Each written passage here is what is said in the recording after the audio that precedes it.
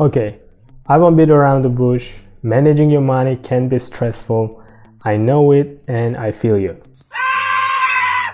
And probably you came here to get out of it, learn something, and you will get it. At least if you watch the whole video. Today we're gonna review 4 simple steps to get started managing your money. We'll talk about taking an inventory of your finances, building a money management plan, making habits, and how to be persistent on this. Hey there, I'm Ken. On this channel I talk about personal finance. I appreciate if you click the like button and subscribe for more videos. Our first step would be taking an inventory of your finances. To manage your money, you'll need not only the math, but you'll need to work on your mindset too. As you begin to take charge of your finances, you'll change your philosophy as much as you'll change your day-to-day habits. Just think of your current position for a moment. Are you consistently overspending? Do you have enough saved up to survive an unexpected expense? Do you live paycheck to paycheck? Do you feel overwhelmed financially? Just be honest with yourself. You might have made some missteps in the past, but you don't have to continue on that path. Once you've taken an inventory of your finances, on step 2, we're gonna build some money management plan or some kind of a blueprint. This plan consists of several pillars and I'll be talking about them one by one. Start with the budget. Pick a budgeting system that you'll stick with. For example, 50-30-20 budget plan, which allocates your money for wants, needs, savings and debt repayment. And there are actually plenty of budgeting systems to choose from. Let me know in the comments if I should review budgeting systems in detail. Maybe I'll do a separate video about it. Another thing to control is your spending. You have to track it.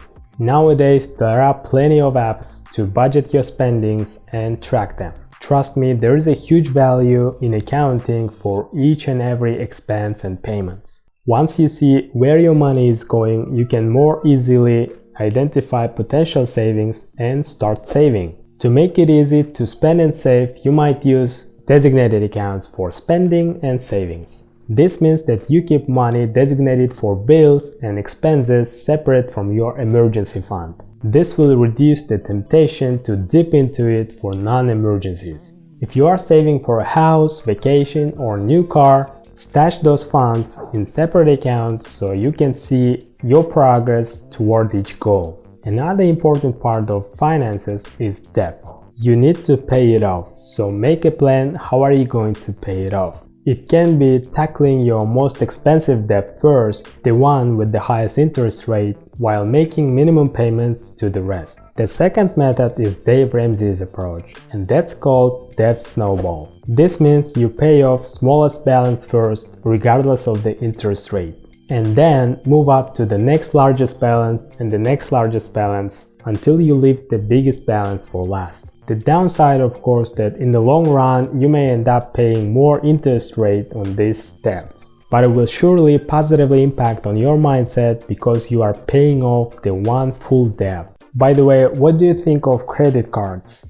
Have you got an Dave Ramsey's approach, no credit card, or Graham Stephan's 800 FICO score approach? In my opinion, credit cards can be your friends, but only if you use them wisely. The key is to pay off your balance in full each month. If this is not about you, I would not recommend it. Instead, work on your plan and invest in your financial future. This could be investing in yourself, like educating, reading, etc. In financial terms, you may want to set aside money for 401k or IRA and let compound interest work its magic. The ultimate goal is long-term financial freedom and stability. Following the money management plan you build, make savings a habit. Money mastery goes beyond spending less than you make. A true sign of financial prowess is saving enough to live comfortably in the long term as well as the short term. You can achieve this in 4 steps by saving, investing, paying off debts, and repeating. About saving, you want to start sucking away extra money to build an emergency fund.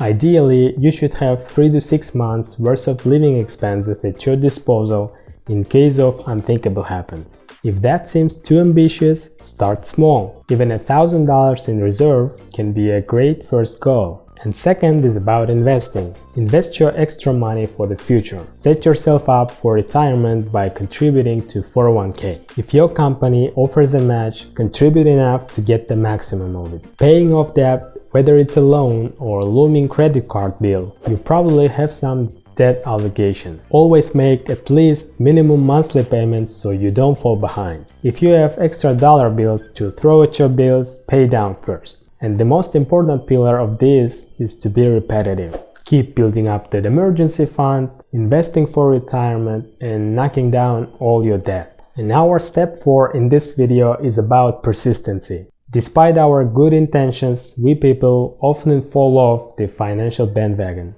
Sticking to a budget that's too restrictive can be suffocating. Navigating investing jargon can be confusing, but don't get discouraged. You didn't get to financial position you're in overnight, right? And you won't get out of it overnight either. Give yourself time to learn and grow. With hard work and dedication, you can manage your money with confidence. I'm sure while listening to the steps above, you've already made up your plan in your head.